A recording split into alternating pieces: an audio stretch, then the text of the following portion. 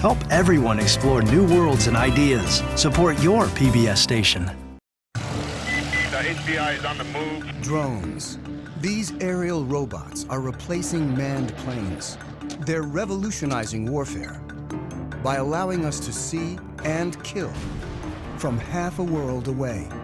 And they're making science fiction a reality.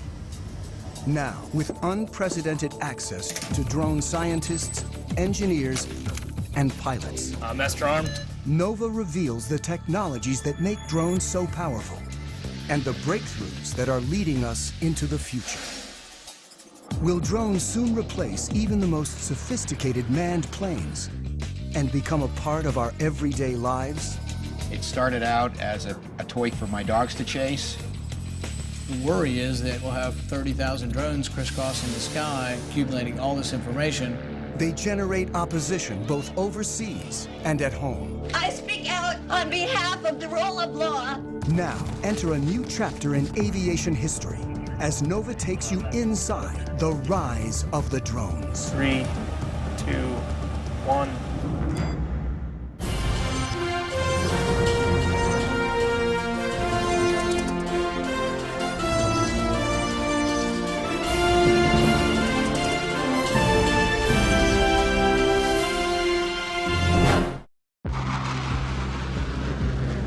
This is the ultimate melding of man and machine. The U.S. has more than 2,300 manned fighter planes. Tiger 2, Dark Star Pictures. And pilots like Matt McDonough have long been our heroes.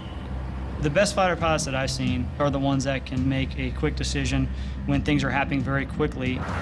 But a revolution is underway as manned planes are replaced by drones. Are we approaching a time when movies like The Terminator become our reality? Oh God, some machines are starting to take over. A time when machines fly, think, and even kill on their own. Drones are aerial robots that carry visual sensors, navigation systems, Target acquired. and sometimes even weapons. They come in all shapes and sizes and go by a variety of names. The United States Air Force uses the term remotely piloted aircraft. They are also known as unmanned aerial vehicles, or as the media likes to call them, drones. Already, the Pentagon relies on a family of more than 10,000 drones, usually to spy, but sometimes to kill. Small enough to fit in a soldier's backpack, the 3-foot-long Raven is the most widely used spy drone in the world. The stealthy Sentinel provided crucial intelligence in the raid to kill bin Laden. The killer Predator has flown thousands of missions since 2001. And the giant Global Hawk can stay aloft and spy for up to 35 hours. The military uses drones to support troops on the ground. 20 seconds. The CIA maintains a covert drone program to find and target individuals. The government claims drones have helped to eliminate up to 70% of Al-Qaeda's top leadership. They've been so effective, the Air Force predicts nearly a third of its attack and fighter planes will be drones within a decade. Planes can fly longer, they can pull more Gs, they can be more precise when they bomb if a human is not in the cockpit.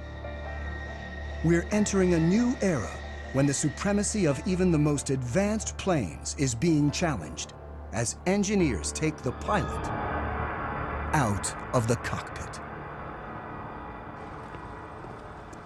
Holloman Air Force Base in southern New Mexico is the largest Air Force training base for operators of remotely piloted aircraft.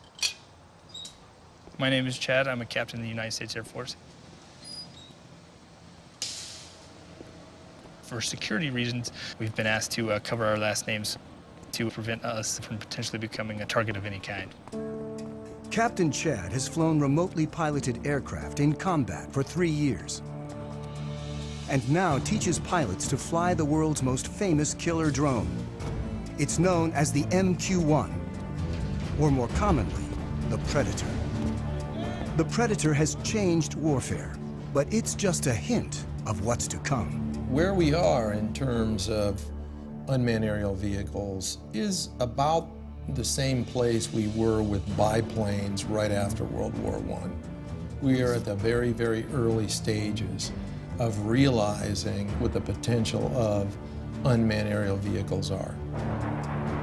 Unlike complex fighter planes that are engineered for speed and agility, the Predator is built for endurance, so it needs to be light and efficient. It's the weight of a pickup truck or so, about 2,000 pounds, and it's balanced pretty evenly on the wheels. And with one hand here, I can lift it up and set it back down.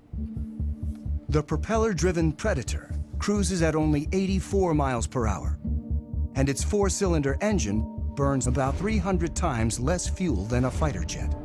I can't say exactly how long it can stay up, but it is possible to stay up over 24 hours. A typical fighter plane can only fly for about 2 hours without refueling, and short, angled wings keep it fast and maneuverable. But the Predator hovers 5 miles up, often in uncontested airspace, and its long wings maximize lift. So as you can see, it's got some flex to it. With no pilot to protect, a remotely piloted aircraft is much lighter and simpler than a manned plane. On a fighter, the pilot's support equipment and ejection system alone weigh as much as a Predator, which in place of a cockpit has a satellite control system. It's essentially the brains of the aircraft. It gives us the ability to communicate, control, keep link with the aircraft, and navigate it. The Predator's sensor ball carries daylight and infrared cameras. We can easily make out people from 5-6 miles away. The sensor ball also guides the Predator's 2 Hellfire missiles. From right here, we fire the laser, and the laser spot hits the ground, and then once we fire the missile, this is the seeker, so this seeker will find that laser spot on the ground and travel to that spot, giving us a very precise capability of employing weapons. When conducting missions, remote pilots work out of small trailers on the ground. They control the Predator by satellite. This link is what makes it possible to take the human out of the cockpit and fly from virtually anywhere on the planet. It's tight, about the size of a normal shipping container. And a shift, it could be anywhere from 2 or 3 hours up to 8 or more hours, depending on the situation. From trailers like this, pilots of the Predator and its larger cousin, the Reaper, have killed thousands of individuals since 2001.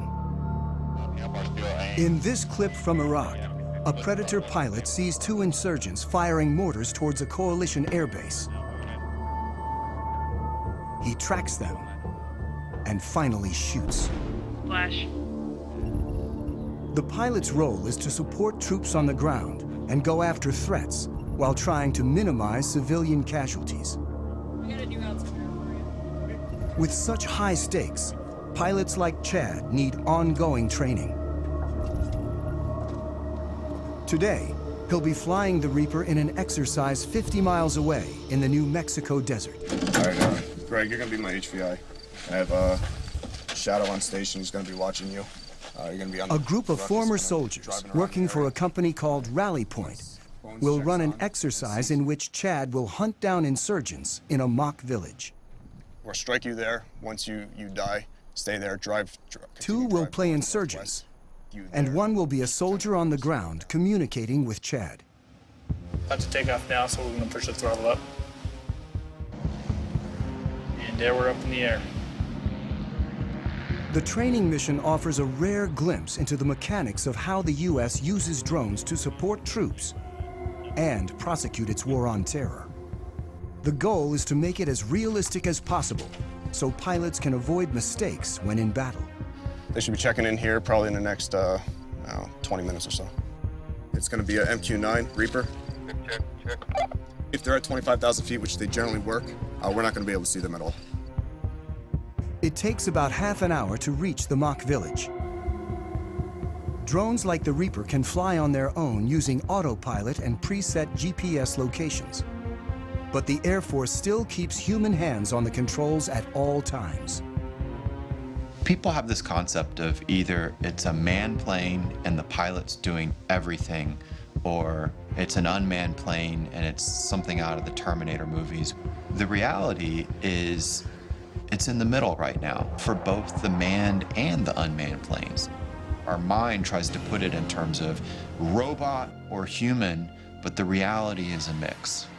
As Chad pilots the Reaper, his sensor operator, Jay, controls the cameras and lasers. On the ground, the fake insurgents enter the village as the Reaper hovers miles above. Bones 3-4, Rally 20, stay status. Rally from Bones 3-4, we have eyes on the target. Chad gets direction from the soldier, whose handheld receiver and computer allow him to see what Chad sees. Chad's call sign is Bones. The soldier goes by Rally. And Rally from Bones, we have 2 packs moving around inside the northwest corner of the compound. Bones 3-4 from Rally 20, continued shadow. The soldier directs Chad and Jay to follow an HVI, or high-value individual, dressed in black. Rally from Bones 3-4, looks like the one individual wearing black is now getting on the motorcycle and departing the group. Depending on the situation, the decision to kill comes from an intelligence officer who could be anywhere, a battle commander on the ground, or sometimes the pilot. Bones 3-4 from Rally 20, looks like that personnel is stopping. Bones 3-4, that's A-firm, that's what we got up here. All right, what I'd like to do is go ahead and prosecute 9-line Bravo 1. Copy. Master armed. The sensor operator targets using the laser. This will be a run against the target under our crosshairs. 10 seconds to release. Sensor, you ready? Copy. 3, 2, 1, rifle. And Bones 3-4, weapons away. 25 seconds time of flight. The Predator uses laser-guided Hellfire missiles. The weapons that can be used operate with an air distance of less than 9 feet. You can put a weapon through a window-sized opening with ease. 5, 4, 3, 2, 1, splash.